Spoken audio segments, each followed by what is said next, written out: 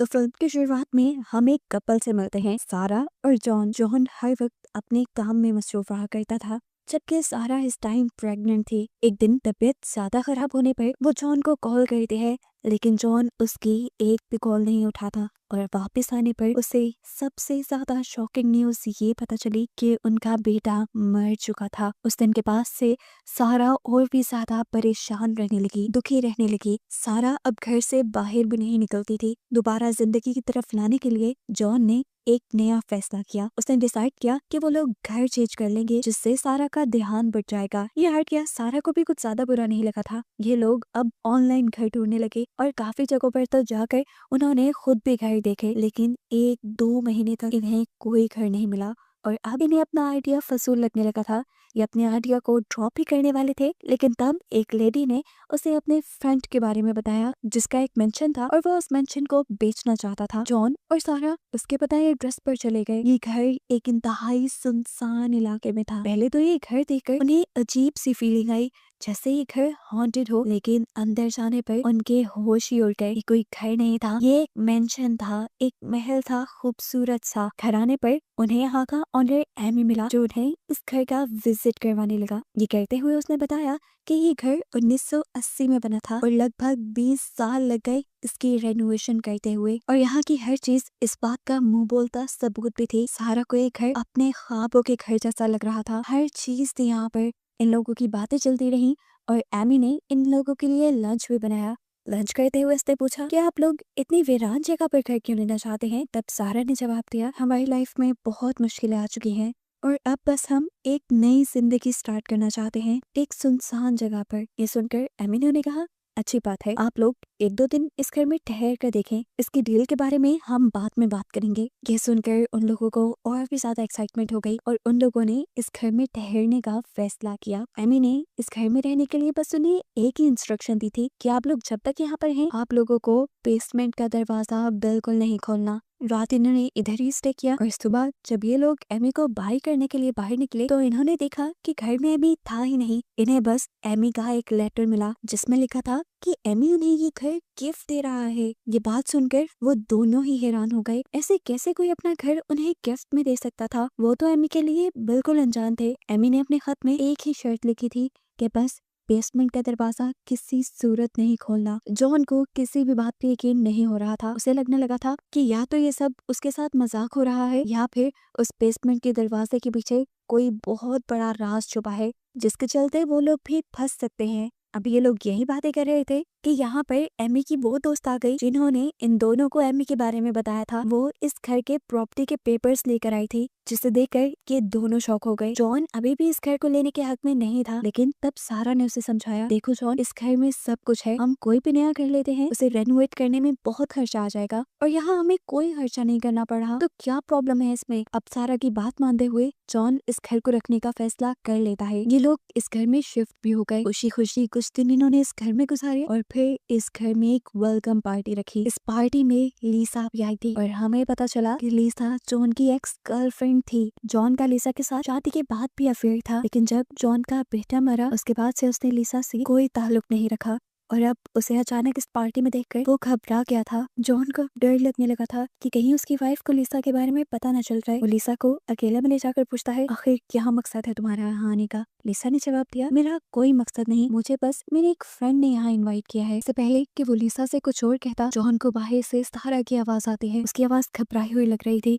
John भागकर बाहर गया तो उसने देखा कि बाहर कुछ अजनबी लोग हाथ में पेट्रोल की बोतल्स लिए खड़े थे और उन्हें इस घर को जलाने की धमकी दे रहे थे। जॉन भी घबरा गया। तब उन लोगों ने कहा कि शराफत से इस घर को खाली कर दो, अगर तुम इस घर को छोड़ के ना गए तो हम इस घर को जला देंगे। ये बात सच में बहुत परेशान कर देने वाली थी, लेकिन फिलहाल वो आदमी जा चुके थे। अगले दिन जब जॉन ऑफिस आया तो उसे एक और हैरान कर देने वाली बात ये पता चली कि लीसा ने उसके गुस्से में ऑफिस में उसके खिलाफ एक झूठी रिपोर्ट कर दी थी, जिसकी वजह से अब ऑफिस में उसे सस्पेंड कर दिया गया था और मामले की इन्वेस्टिगेशन करने की बात की थी। जॉन इन चीजों से बहुत परेशान था। ये बात वो अपनी वाइफ को भी नहीं बता सकता था, क्योंकि उसे डर था कि कहीं उसकी वाइफ को लीसा के बारे में ना पता चल जाए। उसने अपनी वाइफ के साथ ऐसा ही बिहेव किया जैसा सब कुछ नॉर्मल चल रहा हो और घर पे फारिग टाइम पे अब उसका ध्यान जाने लगा बेसमेंट के उसी दरवाजे पर जिसे एमी ने खोलने से मना किया था। यही सोचते हुए वो बेसमेंट के दरवाजे के सामने था। वो सोच रहा था कि आखिर ऐसा इसमें था भी क्या कि इसे खोलना मना था। वो ताला तोड़े बगैर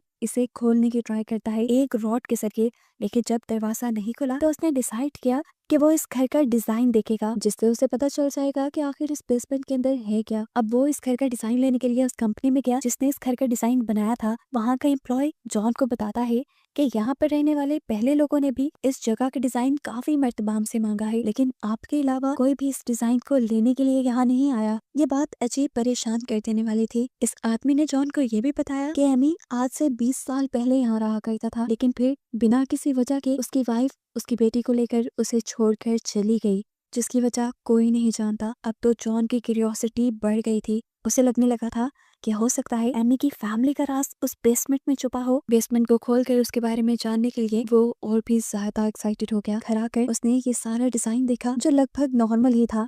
उसने अब बेसमेंट का ताला खोल लिया था। अंदर जाने पर पहले तो उसे सब नॉर्मल लगा, लेकिन फिर उसे फ्लोर के नीचे एक तय खाने के होने का पता चला। उसने अभी फ्लोर की वुड्स उतारी ही थी कि उसे सारा के घर आने का पता चल गया। फौरन भागकर उसने ये बेसमेंट लॉक की और अपने घर आकर नॉर्मल कामों में लग गया ताकि सारा को खबर ना हो वो बेसमेंट में गया था। इसी रात जॉन को लीसा की कॉल आई। लीसा उसे किसी तरह की धमकी दे रही थी, उससे मिलने को कह रही थी। जॉन ने भी अगले दिन उससे मिलने का फैसला किया और उससे रिक्वेस्ट की कि ऑफिस में उसने जो भी बात कही थी वो गलत फहमी वो दूर कर दे। लेकिन ये सुनकर लीसा को और भी ज्यादा गुस्सा आ गया, क्योंकि जॉन उससे अपने मतलब के लिए मिलने के लिए आया था और अब उसने बदला लेने की ठान ली। उसने फैसला कर लिया कि वो जॉन की वाइफ सारा को सब सच बता दी गई कि जॉन ने उसे धोखा दिया था। अगले दिन हम सारा को घर पर देखते हैं जहाँ आज उसकी तबीयत काफी खराब है। उसे शक हो रहा था कि शायद वो प्रेग्नेंट है और ये उसका शक यकीन में भी बदल गया। बहुत बहुत ज्यादा खुश थी। वही बात फौरन जॉन को बताना चाहती थी। फोन करते हुए उसका फोन गलती से नीचे गिर गया और जब वो फोन उठाने लगी तो उसे बेड के नीचे इस घर का डिजाइन मिल गया। वो भी इस डिजाइन को देखने लगी और अब वो ये बात जान गई थी कि जॉन उस बेसमेंट के बारे में छानबीन कर रहा है। वो भी अब जॉन की तरह उस बेसमेंट के अंदर जाने का फैसला करती है। वो जब बेसमेंट में गई तो पीछे से लीसा उसके घर आ गई, जो उसे जॉन की बेवफाई के बारे में बताना चाहती थी। लेकिन यहाँ पर उसे सारा कहीं नहीं मिली और हाथ उसके लग गया सारा का प्रेगनेंसी टेस्ट। वो और भी ज्यादा जेलस हो गई और उसका गुस्सा और नफरत में बदल गया। सारा जब ऊपर आई तो उसने घर का दरवाजा खुला हुआ देखा और चुपचाप उसे बंद कर दिया, ये सोचे बगैर कि कोई उसके घर में भी घुसा होगा। जॉन जब घर आया तो उसने देखा कि लीसा की कार उसके घर से बाहर जा रही है। ये देखकर वो गुस्से में आ गया और डर भी गया कहीं लीसा ने सारा को सब सच तो नहीं बता दिया था। उसने लीसा की कार का पीछा करना शुरू किया ताकि वो जाने कि लीसा उसके घर आई क्यों थी, लेकिन दूर तक भी पीछा करने के बावजूद उसे कुछ पता नहीं चला और वो थक हार कर घर वापस आ गया, जहाँ सारा उसका इंतजार कर रही थी उससे पूछने के लिए कि आखिर उसने बेसमेंट का दरवाजा क्यों खोला था। जॉन ने बहाना बनाया कि नहीं ऐसा कुछ भी नहीं है वहाँ पे, बस मैंने उसे खोला तो था लेकिन मुझे कुछ मिला नहीं। जॉन ने वहाँ पे सारा को उस तहखाने के बारे में नहीं बताया था जो उसे फ्लोर के नीचे नजर आ रहा था। शुक्र था कि जॉन ने उसे पहले ही सील कर दिया था। यहाँ पे अब सारा ने उसे एक गुड न्यूज भी थी कि वो लोग दोबारा से पेरेंट्स बनने वाले थे और ये सुनकर तो जॉन की जान में जान आई। वो बहुत ज्यादा खुश हो चुका था। अब शायद उसके पहले बेटे का गम भी कम होने वाला था। ये खबर सुनते ही जॉन को ऑफिस से भी ये खुशखबरी मिल जाती है। लीसा ने उसके ऊपर जो इल्जाम लगाया था वो सारा खत्म होने लगा था, क्योंकि इन्वेस्टिगेशन के दौरान जॉन किसी भी चीज में गलत नहीं पाया गया। इस खबर के बाद जॉन काफी ज्यादा रिलैक्स हो गया था। लाइफ उसकी दोबारा रूटीन पे चलने लगी थी। अब उनकी फैमिली में एक नया मेंबर भी आने वाला था। जॉन ने उसके लिए अपने घर में एक रूम सेट करने का फैसला किया और जब वो लोग रूम सेट कर रहे थे तो तब एक सीनरी के पीछे से जॉन को वॉल के अंदर एक होल दिखाई दिया। इस होल के अंदर एक बुलेट फंसी हुई थी जो एमी की पुरानी कलेक्शन का हिस्सा थी। एमी ये कलेक्शन उसे दिखा कर गया था और ये देखकर वो समझ गया कि जरूर एमी ने अपनी फैमिली का मर्डर किया होगा और जरूर उनकी लाशें अपने तय खाने में छुपाती होंगी, इसलिए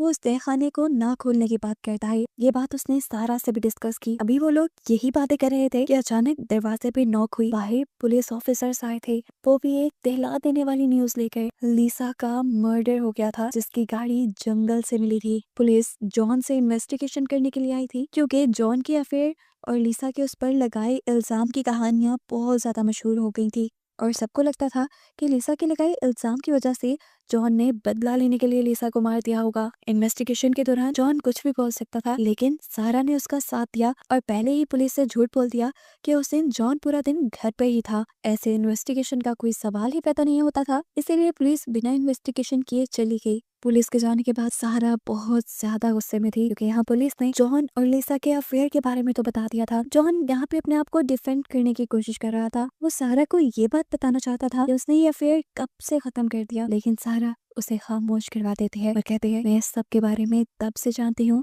जब से उस लड़की की वजह से मेरे बेटे की मौत हुई। मैं तुम्हें कॉल करती रही, मैं उस टाइम भी जानती थी कि तुम उस लड़की के ही साथ हो। मैंने ये सब इसलिए बर्दाश्त किया क्योंकि मैं अपनी फैमिली को ठीक रखना चाहती थी, लेकिन अब सारा और जॉन के साथ नहीं रहना चाहती थी, क्योंकि सारा को लगता था, क्योंकि सारा को भी जॉन पर शक था। वो कहते हैं, मैं अपने बच्चे को ऐसे बाप के साथ बड़ा होने नहीं दे सकती जिसके ऊपर एक मर्डर का इल्जाम है। ये सुनकर जॉन उसे यकीन दिलाता है, सुनो मेरी बात सारा, मैंने उसके साथ कुछ भी नहीं किया, यकीन मानो मेरा। सारा तो यहाँ से चली गई, लेकिन अब जॉन उसकी बातों में ही खो गया था। इतनी ज्यादा प्रॉब्लम्स उसकी लाइफ में आ गई थी, उसे एहसास में नहीं हुआ था। सोचो ही सोचो में उसके दिमाग में एक बात आई कि जब से वो इस घर में आए हैं तब से उसकी लाइफ की प्रॉब्लम्स और भी ज्यादा बढ़ गई हैं, और हो भी सकता है इसके पीछे बेसमेंट में छुपा कोई राज हो। यही सोचते हुए अब वो डिजाइनर के बताए हुए उस आदमी के घर जाता है जिससे पहले एमी ने ये घर दिया था, जिसने भी इस जगह का डिजाइन डिजाइनर से मांगा था। उसके घर जाने पर जॉन हैरान रह गया। ये वही आदमी था